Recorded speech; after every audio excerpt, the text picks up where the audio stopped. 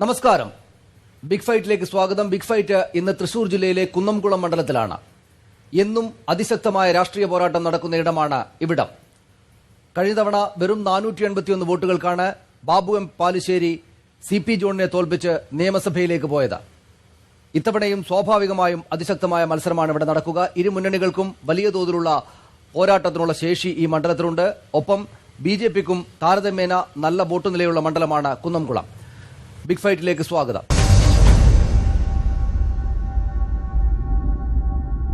Big ഫൈറ്റിൽ പങ്കെടുക്കുന്നത് CPM ജില്ലാ secretary ആയിരുന്ന ശ്രീ AC മൊയ്തീൻ. അദ്ദേഹമാണ് LDFന്റെ സ്ഥാനാർത്ഥി. ജില്ലയിലെ തന്നെ മുതിർന്ന രാഷ്ട്രീയ നേതാക്കളിൽ ഒരാളാണ് അദ്ദേഹം. അഡ്വക്കേറ്റ് KK അനീഷ് കുമാർ, അദ്ദേഹം BJP നേതാവും NDAയുടെ സ്ഥാനാർത്ഥിയാണ്. K ജയശങ്കർ, കോൺഗ്രസ് നേതാവ്, അദ്ദേഹം ഈ മണ്ഡലത്തിൽ മത്സരിക്കുന്ന UDF സ്ഥാനാർത്ഥി CP ജോണിനെ പ്രതിനിധീകരിച്ചാണ് ഈ ചർച്ചയിൽ പങ്കെടുക്കുന്നത്. നമുക്ക് ഈ ചർച്ച തുടങ്ങാം. ശ്രീ AC മൊയ്തീൻ, ആദ്യമായിട്ട് എന്തിന് കുന്നംകുളം മണ്ഡലം താങ്കളെ വോട്ട് ചെയ്ത് വിജയിപ്പിക്കണം? പൊതുവായ വികസന പ്രശ്നങ്ങളുണ്ട്. അതിനേക്കാൾ ഉപരി കേരളത്തിലൊരു സമൂലമായ രാഷ്ട്രീയ ഭരണമാറ്റത്തിന് ജനങ്ങളെ ആഗ്രഹിക്കുന്നു. UDF ഗവൺമെന്റ് 5 വർഷക്കാലം കൊണ്ട് സമസ്ത മേഖലയിലും പുരോഗതിയെ തടസ്സപ്പെടുത്തുകയാണ് ചെയ്തത്. കാർഷിക മേഖല പ്രതിസന്ധിയിലാണ്, എല്ലാവരും സമ്മതിക്കുന്ന. കൃഷിക്കാരുടെ ആത്മഹത്യ പെരുകുന്നു. പരമ്പരാഗത വ്യവസായങ്ങളാകെ തകർന്നു കഴിഞ്ഞിട്ടുണ്ട്. തൊഴിലവസരങ്ങൾ ഇല്ലാതെയാകുന്നു. പൊതുമേഖലാ വ്യവസായ സംരംഭങ്ങൾ, വിദ്യാഭ്യാസ മേഖല, പൊതുജനാരോഗ്യ മേഖല, നാനാ മേഖലകളിലും 5 വർഷക്കാലത്തെ UDF ഭരണം പുറകോട്ട് വലിക്കുന്ന സ്ഥിതിയാണ് ഉണ്ടായത്. അത്തരമൊരു സാഹചര്യത്തിൽ ആ പ്രശ്നത്തിനൊരു പരിഹാരം കാണാൻ, കേരളത്തിലെ പൊതുവികസനത്തിനൊരു കുതിപ്പുണ്ടാകാൻ ഇടതുപക്ഷ ജനാധിപത്യ മുന്നണി കേരളത്തിൽ അധികാരത്തിൽ വരണം. ഈ മേഖലയിലൊക്കെ പുതിയ തൊഴിലവസരങ്ങൾ ഉണ്ടാകാവുന്ന പുതിയൊരു കേരള സൃഷ്ടിക്ക് വേണ്ടിയുള്ള തയ്യാറെടുപ്പിലാണ് കേരളത്തിലെ ജനങ്ങൾ. അത്തരമൊരു സാഹചര്യത്തിന്റെ പശ്ചാത്തലത്തിൽ വേണം കുന്നംകുളം മണ്ഡലത്തിനെ വിലയിരുത്താൻ.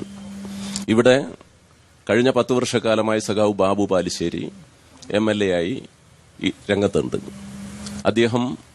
അദ്ദേഹത്തിന്റെ സാധ്യതകളും കഴിവുകളും കഴിഞ്ഞ ഇടതുപക്ഷ ജനാധിപത്യ മുന്നണി ഗവൺമെന്റ് കാലത്ത് ഭരണത്തിൽ പങ്കാളി എന്നുള്ള നിലയ്ക്കും ഒരുപാട് വികസന പ്രവർത്തനങ്ങൾ ഈ മണ്ഡലത്തിൽ പൂർത്തീകരിച്ചിട്ടുണ്ട്. ആ വികസന പ്രവർത്തനങ്ങൾ തുടർന്നു കൊണ്ടുപോകണം. വികസനം അനുസ്യൂതമായി തുടർന്നുകൊണ്ടിരിക്കുന്ന ഒരു പ്രക്രിയ. അപ്പൊ അത്തരം ഒരു വികസന ആവശ്യങ്ങൾ നിർവഹിക്കാൻ കഴിയുന്ന രീതിയിൽ ഈ മണ്ഡലത്തിന്റെ സമഗ്ര വികസനം എന്ന് തന്നെയാണ് പ്രധാനപ്പെട്ട ഉദ്ദേശം. ആ കാര്യത്തിൽ തദ്ദേശ സ്വയംഭരണ സ്ഥാപനങ്ങൾക്ക് വലിയ പങ്ക് വഹിക്കാനുണ്ട്. കുന്നംകുളത്തിന്റെ 7 പഞ്ചായത്തുകളും മുനിസിപ്പാലിറ്റിയും അടങ്ങുന്ന ഈ പ്രദേശത്തിന്റെ വികസനം എന്ന് പറയുന്നത് കേവലം ഒരു MLA വിചാരിക്കുന്ന കാര്യങ്ങൾ നിർവഹിക്കലല്ല. തദ്ദേശ സ്വയംഭരണ സ്ഥാപനങ്ങൾക്ക് വലിയ പങ്കാളിത്തം വികസന കാര്യങ്ങളിൽ നിർവഹിക്കാനുണ്ട്. അഡ്വക്കേറ്റ് അനീഷ് കുമാർ, 2 മുതിർന്ന നേതാക്കൾ, 2 മുന്നണികൾ പരസ്പരം ശക്തമായി കഴിഞ്ഞ തവണ മത്സരിച്ചുകൊണ്ടിരിക്കുന്ന ആളുകളാണ് ഇത്തവണയും മത്സരരംഗത്തുള്ളത്. എന്തിന് BJPയെ തെരഞ്ഞെടുക്കണം ഇത്തവണ? എന്തിന് താങ്കൾക്ക് വോട്ട് ചെയ്യണം കുന്നംകുളത്തെ വോട്ടർമാർ? കഴിഞ്ഞ 6 പതിറ്റാണ്ടായി കേരളത്തിൽ ഇടതു വലത് മുന്നണികളുടെ ദുർഭരണമാണ് നടന്നുകൊണ്ടിരിക്കുന്നത്. ഈ ദുർഭരണത്തിൽ നിന്നുള്ള ഒരു മോചനം അതിന്ന് കേരളത്തിലെ ജനങ്ങൾ ആഗ്രഹിക്കുന്നു. ആ മാറ്റത്തിന് വേണ്ടിയിട്ടുള്ള പരിശ്രമമാണ് ഇന്ന് കേരളത്തിൽ BJP നടത്തിക്കൊണ്ടിരിക്കുന്നത്. 2 മുന്നണി മാറി മാറി ഭരിച്ചിട്ടും കേരളത്തിൽ ഒരു വ്യത്യാസവുമില്ല എന്നുള്ളതാണ് കേരളത്തിലെ ജനങ്ങളുടെ അനുഭവം. 5 കൊല്ലം UDF ഭരിക്കുന്ന സമയത്ത് നിരവധി അഴിമതി കഥകൾ LDF ഉന്നയിക്കും. അതിനുശേഷം LDF ഭരിക്കുന്ന സമയത്ത് നിരവധി അഴിമതി കഥകൾ അത് UDF ഉന്നയിക്കും. പക്ഷെ കേരളത്തിന്റെ ചരിത്രം നമ്മൾ പരിശോധിച്ചാൽ അഴിമതിയുടെ പേരിൽ ഒരു രാഷ്ട്രീയ നേതാവ് പോലും കേരളത്തിൽ ശിക്ഷിക്കപ്പെടുന്നില്ല. അപ്പോൾ UDFന്റെ കാലത്ത് നടക്കുന്ന അഴിമതികൾ LDF ഭരണത്തിൽ വരുന്ന സമയത്ത് മൂടിവെക്കുന്നു. UDF നടത്തുന്ന അഴിമതികൾ LDF മൂടിവെക്കുന്നു. ഇത്തരത്തിലുള്ള ഒരു അഡ്ജസ്റ്റ്മെന്റ് ആണ് കേരളത്തിൽ നടന്നുകൊണ്ടിരിക്കുന്നത്. അഴിമതിയുടെ പേരിൽ ഒരൊറ്റ രാഷ്ട്രീയ നേതാവാണ് കേരളത്തിൽ ശിക്ഷിക്കപ്പെട്ടത്. ആ രാഷ്ട്രീയ നേതാവ് ഇന്ന് LDFന്റെ പാളയത്തിലാണ്. അപ്പോൾ ഞങ്ങൾ 5 കൊല്ലം കക്കാം, നിങ്ങൾ 5 കൊല്ലം കാവലിരിക്കണം, അടുത്ത 5 വർഷം നിങ്ങൾ കട്ടുകൊള്ളുക, അപ്പോൾ ഞങ്ങൾ കാവലിരിക്കണം. ഇത്തരത്തിലുള്ള ഒരു അഡ്ജസ്റ്റ്മെന്റ് രാഷ്ട്രീയമാണ് കേരളത്തിൽ നടന്നുകൊണ്ടിരിക്കുന്നത്. കേരളത്തിലെ അടിസ്ഥാന സൗകര്യ വികസനത്തിൽ ഒരു പുരോഗതിയും ഉണ്ടാക്കാൻ ഈ മുന്നണികൾക്ക് സാധിച്ചിട്ടില്ല. ഈ കേരളത്തിലെ പ്രവാസികൾ അവർ അധ്വാനിച്ച് കേരളത്തിലേക്ക് കൊണ്ടുവരുന്ന പണം ഉപയോഗിച്ചുണ്ടായിട്ടുള്ള വികസനമല്ലാതെ ഈ കേരളത്തിൽ ഒരു വികസനവും ഈ മുന്നണികൾക്ക് അവകാശപ്പെടാൻ സാധിക്കില്ല എന്നുള്ളതാണ് വസ്തുത. അന്നം, വെള്ളം, മണ്ണ്, തൊഴിൽ, തുല്യനീതി, ഇതാണ് BJPയുടെ മുദ്രാവാക്യം. ഈ സാംസ്കാരിക കേരളത്തിൽ അന്നത്തിനു വേണ്ടി കണ്ണൂർ ജില്ലയിൽ എച്ചിൽ കൂനകൾ പരതുന്ന ബാലന്റെ ചിത്രം അത് കേരളത്തിൽ നമ്മൾ മറന്നിട്ടില്ല.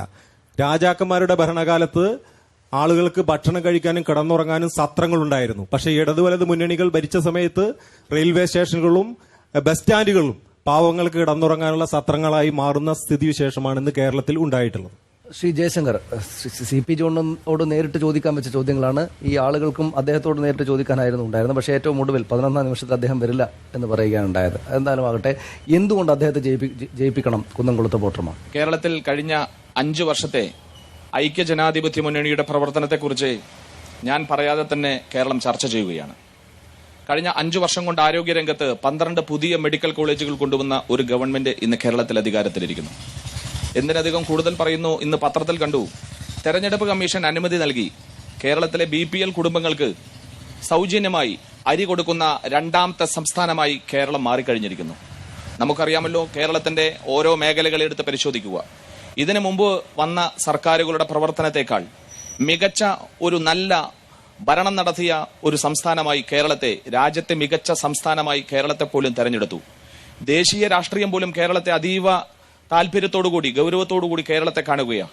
കേരളത്തിന്റെ ഭരണപരമായിട്ടുള്ള നേട്ടങ്ങൾ മറ്റു പല സംസ്ഥാനങ്ങളിലേക്ക് പകർത്തുവാൻ അവിടുത്തെ ഭരണാധികാരികൾ ശ്രമിക്കുന്നു എന്നുള്ളത് വളരെയധികം ആത്മാഭിമാനത്തോടുകൂടി കേരളത്തിലെ ഈ UDF സർക്കാരിന്റെ മികവാണെന്ന് പറയുവാൻ ഞങ്ങൾക്ക് അഭിമാനമുണ്ട്.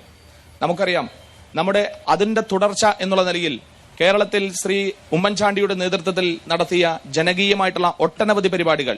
ഞാൻ ഒരു ചെറിയ ഉദാഹരണം പറയാം. 620 കുട്ടികൾക്ക് കോക്ലിയർ ഇംപ്ലാന്റേഷൻ സർജറിയിലൂടെ അവരുടെ സംസാരശേഷിയും കേൾവിശക്തിയും തിരിച്ചു കിട്ടാൻ ഈ ഗവൺമെന്റിന്റെ ശരിയായിട്ടുള്ള ഇടപെടലുകളിലൂടെ നമുക്ക് നടത്താൻ കഴിഞ്ഞത്. ആ കുഞ്ഞു മക്കളുടെ പ്രാർത്ഥന മതി ഈ ഗവൺമെന്റിന്റെ തുടർഭരണം ഉറപ്പുവരുത്താൻ. അതിന്റെ ഒരു തുടർച്ചയായി കുന്നംകുളത്ത് നമുക്കറിയാം, കഴിഞ്ഞ തവണ ശ്രീ CP ജോൺ കുന്നംകുളത്ത് വിജയിച്ചിരുന്നെങ്കിൽ ഈ കുന്നംകുളത്തിന്റെ മുഖച്ഛായ തന്നെ മാറ്റിയെടുക്കാൻ പറ്റാവുന്ന വിധത്തിലുള്ള ഒരുപാട് പ്രവർത്തനങ്ങൾക്ക് അദ്ദേഹം രൂപം കൊടുക്കുമായിരുന്നു. സമൂഹത്തിന്റെ താഴെത്തട്ടിലുള്ള ജനങ്ങൾക്ക് വേണ്ടി തന്റെ കഴിവിന്റെ പരമാവധി ഉപയോഗപ്പെടുത്തിയ ശ്രീ CP ജോണിനെ കൈവിട്ടത് കുന്നംകുളത്തിലെ ജനങ്ങൾക്ക് വന്ന ഏറ്റവും വലിയ അപജയമാണെന്ന് കുന്നംകുളത്തുകാർ വിശ്വസിക്കുന്നു. ആ പ്രതീക്ഷകളെ തൊട്ടുണർത്തിക്കൊണ്ട് ഇത്തവണ കുന്നംകുളത്തെ പുൽകാൻ ശ്രീ CP ജോണിന്റെ വരവിനെ കാത്തിരിക്കുകയാണ് കുന്നംകുളത്തുകാർ. ശ്രീ AC മൊയ്തീൻ, CP ജോൺ തോറ്റുപോയിട്ടാണെങ്കിൽ പോലും തനിക്കാവുന്ന വിധത്തിൽ ഇവിടെ പ്രവർത്തിച്ചിട്ടുണ്ട് എന്നാണല്ലോ അദ്ദേഹം പറയുന്നത്. അതവിടെ നിൽക്കട്ടെ, താങ്കളുടെ മുന്നണിക്ക് വേണ്ടി 2 തവണ MLA ആയി നിയമസഭയിലേക്ക് പോയ ശ്രീ ബാബു M. പാലുശ്ശേരി, അദ്ദേഹം ചെയ്ത വികസന പ്രവർത്തനങ്ങൾ എന്തൊക്കെയാണ്? എന്തുകൊണ്ടാണ് UDFന് വേണ്ട രീതിയിലുള്ള വികസനം ഇവിടെ നടന്നിട്ടില്ല, CP ജോണിന് തന്നെ ഇടപെടേണ്ടി വന്നു എന്നൊക്കെ പറയേണ്ടി വരുന്നത്? CP ജോണിനെ സംബന്ധിച്ച് വ്യക്തിപരമായി പറയാനൊന്നും ഞാൻ ആളല്ല. അദ്ദേഹം ഒരു സ്ഥാനാർത്ഥിയാണ്. കഴിഞ്ഞ 5 വർഷക്കാലം മാത്രമല്ല, അതിനു മുമ്പത്തെ 5 വർഷവും 10 വർഷക്കാലം, ആ 10 വർഷത്തിൽ 5 വർഷം ഇതിലെ 5 പഞ്ചായത്തുകൾ ഈ നിയോജകമണ്ഡലത്തിലുണ്ടായിരുന്നില്ലേ? ആ മണ്ഡലം ഉൾപ്പെടെയുള്ള കുന്നംകുളം മണ്ഡലത്തിന്റെ സജീവമായ പ്രശ്നങ്ങൾ വിദ്യാഭ്യാസ മേഖലയിൽ നിങ്ങൾ നോക്കിക്കോ. എല്ലാ സ്കൂളുകളിലും ആധുനിക വിദ്യാഭ്യാസ രീതിക്ക് അനുകൂലമായ രീതിയിൽ എയ്ഡഡും സർക്കാരുമായിട്ടുള്ള സ്കൂളുകളുണ്ട്. കടവല്ലൂരും മരത്തങ്കോടും കഴിഞ്ഞ ഗവൺമെന്റ് കാലത്താണ് ഹയർ സെക്കൻഡറി വിദ്യാഭ്യാസ സ്ഥാപനങ്ങൾ തുടങ്ങിയത്. പഴഞ്ഞി കമ്മ്യൂണിറ്റി ഹെൽത്ത് സെന്ററിന്റെ വികസന പ്രവർത്തനങ്ങൾ ഈ കാലത്താണ് തുടങ്ങിയത്. അതിനുശേഷം UDF ഗവൺമെന്റ് വന്നിട്ടുണ്ട്. ഇടതുപക്ഷ ജനാധിപത്യ മുന്നണിയുടെ MLA ആണ് എന്നുള്ളതുകൊണ്ടുള്ള ഒരു ചിറ്റമ്മ നയം നല്ലപോലെ ഉണ്ടായിട്ടുണ്ട്. LDF ഗവൺമെന്റ് കാലത്ത് ഈ കുന്നംകുളം താലൂക്ക് ലിസ്റ്റിലുണ്ടായിരുന്നതാണ്. എന്തുകൊണ്ടാണ് ഇത്രയധികം രാജ്യത്തെ സ്നേഹിക്കുന്ന ആളുകൾ ഉണ്ടായിട്ട് കഴിഞ്ഞ ഗവൺമെന്റ് കാലത്ത് ഏറ്റവും കൂടുതൽ അർഹതയുണ്ടായിരുന്ന കുന്നംകുളം താലൂക്ക് ഒഴിവാക്കപ്പെട്ടത്? അത്തരമൊരു സ്ഥിതി രാഷ്ട്രീയ പരിഗണനകളുടെ ഭാഗമായി ചില പ്രത്യേക ലക്ഷ്യങ്ങളോടുകൂടി വികസനത്തെ മുടക്കാൻ നിൽക്കുന്ന സമീപനമുണ്ടോ എന്ന് ജനങ്ങൾ സംശയിച്ചാൽ അതിന് സമാധാനം പറയേണ്ട ഇടതുപക്ഷ ജനാധിപത്യ മുന്നണിയല്ല. ഇപ്പോ നേരത്തെ പറഞ്ഞു പൊന്നാനി കോളുമായി ബന്ധപ്പെട്ട പ്രശ്നം. പൊന്നാനി കോൾ പ്രശ്നം ഏറ്റെടുത്തതാരാ? ഇടതുപക്ഷ ജനാധിപത്യ മുന്നണിയാണ്. ഇടതുപക്ഷ ജനാധിപത്യ മുന്നണിയിലെ മന്ത്രിയായിരുന്ന മുല്ലക്കര രത്നാകരനാണ് ഇതിന്റെ പ്രൊജക്ട് റിപ്പോർട്ട് സമർപ്പിക്കുന്നത്. ഇപ്പൊ വന്നു ആ പദ്ധതി. അതിനൊരു ചെയർമാൻ ഉണ്ടായിരുന്നു, ശ്രീമാൻ PC ചാക്കോ. PC ചാക്കോ പോയതിനു ശേഷം അതിന്റെ ചെയർമാനായി തൃശൂർ ജില്ലയിൽ നിന്നുള്ള MP ജയദേവനെ ഒഴിവാക്കിയത് എന്തിനാ? ET മുഹമ്മദ് ബഷീർ ബഹുമാനാണ്. ഞാൻ അദ്ദേഹത്തെ വ്യക്തിപരമായി ബഹുമാനിക്കുന്ന ഒരാളാണ്. അദ്ദേഹത്തെ ചെയർമാനാക്കിയത് എന്ത് രാഷ്ട്രീയ ലക്ഷ്യത്തിന്റെ പേരിലാണ്? സ്വാഭാവികമായും ആ പദ്ധതിയുടെ മോണിറ്ററിംഗ് നടക്കുന്നുണ്ടോ? ഉദ്യോഗസ്ഥന്മാരെ ഏൽപ്പിച്ചു കൊടുത്തില്ലേ? 100 കോടി രൂപ ചെലവഴിക്കുന്ന ഒരു പദ്ധതിയായി വിഭാവനം ചെയ്തതാണത്. പൊന്നാനി കോളിലെ എല്ലാ കൃഷിക്കാർക്കും അവരുടെ കൃഷി മാത്രമല്ല അനുബന്ധ വികസന പ്രവർത്തനങ്ങൾക്ക് സഹായകമായൊരു പദ്ധതി. ആ പദ്ധതിയെ രാഷ്ട്രീയ പരിഗണനകളുടെ ഭാഗമായി ഇടുങ്ങിയ മനസ്സോടുകൂടി കണ്ടതിനെ തുടർന്നല്ലേ പൂർത്തീകരിക്കപ്പെടാൻ കഴിയാതെ പോയത്. ഞാൻ മറ്റ് ഒരുപാട് റോഡിന്റെ വികസന പ്രവർത്തനങ്ങൾ, അതുപോലെ തന്നെ മറ്റു മേഖലയിലെ അംഗൻവാടികളുടെ മറ്റു നിർമ്മാണ പ്രവർത്തനങ്ങൾ ഒരുപാടുണ്ട്. ആ വികസന പ്രവർത്തനങ്ങളുടെ എല്ലാ കാര്യത്തിലേക്കും ഞാൻ പോകുന്നില്ല. ഒരു ജനപ്രതിനിധിക്ക് ചെയ്യാൻ കഴിയുന്ന രീതിയിൽ ശ്രീ ബാബു എം പാലിശ്ശേരി എല്ലാ മേഖലയിലും നിറഞ്ഞു നിന്നിട്ടുണ്ട്. അദ്ദേഹം നല്ല പോലെ ഇടപെട്ടിട്ടുണ്ട് എന്നാണ് എന്റെ അഭിപ്രായം. അതാണ്, അദ്ദേഹം നല്ല പോലെ ഇടപെട്ടിട്ടുണ്ട്. പക്ഷേ ചിറ്റമ്മ നയമാണ് കാണിച്ചത് ഇടത് MLA ആയതുകൊണ്ട്. അങ്ങനെയുള്ള ഒരു സർക്കാരിനെ പ്രതിനിധീകരിച്ച് വരുന്ന, ഒരു രാഷ്ട്രീയ പക്ഷത്തെ പ്രതിനിധീകരിച്ച് വരുന്ന CP ജോണിനെ എന്തിനു തെരഞ്ഞെടുക്കണം നാട്ടുകാർ? 100 വർഷത്തിൽ കൂടുതൽ പഴക്കമുള്ള സ്കൂളുകൾ നമ്മുടെ നിയോജക മണ്ഡലത്തിലുണ്ട്. ശോചനീയമായിട്ടുള്ള സ്ഥിതിവിശേഷമാണ് അവിടെയൊക്കെ ഉണ്ടായിരുന്നത്. നിലവാരമില്ലാത്ത സ്കൂളുകൾ, ഭൗതിക സൗകര്യമില്ലാത്ത സ്കൂളുകൾ, നമ്മുടെ കുഞ്ഞുമക്കൾ പഠിക്കുന്ന സ്കൂളുകൾ ഒരു വളരെയധികം മോശകരമായിട്ടുള്ള ഒരു സ്ഥിതിവിശേഷത്തിലൂടെ മുന്നോട്ട് പോകുമ്പോൾ കഴിഞ്ഞ 5 വർഷം കൊണ്ട് ആ സ്കൂളുകളുടെ നിലവാരം പോലും ഉയർത്തുവാൻ നമുക്ക് സാധിക്കാത്തത് ഈ മണ്ഡലത്തിന്റെ ഏറ്റവും വലിയ ഒരു പോരായ്മയായി ഞാൻ കാണുകയാണ്.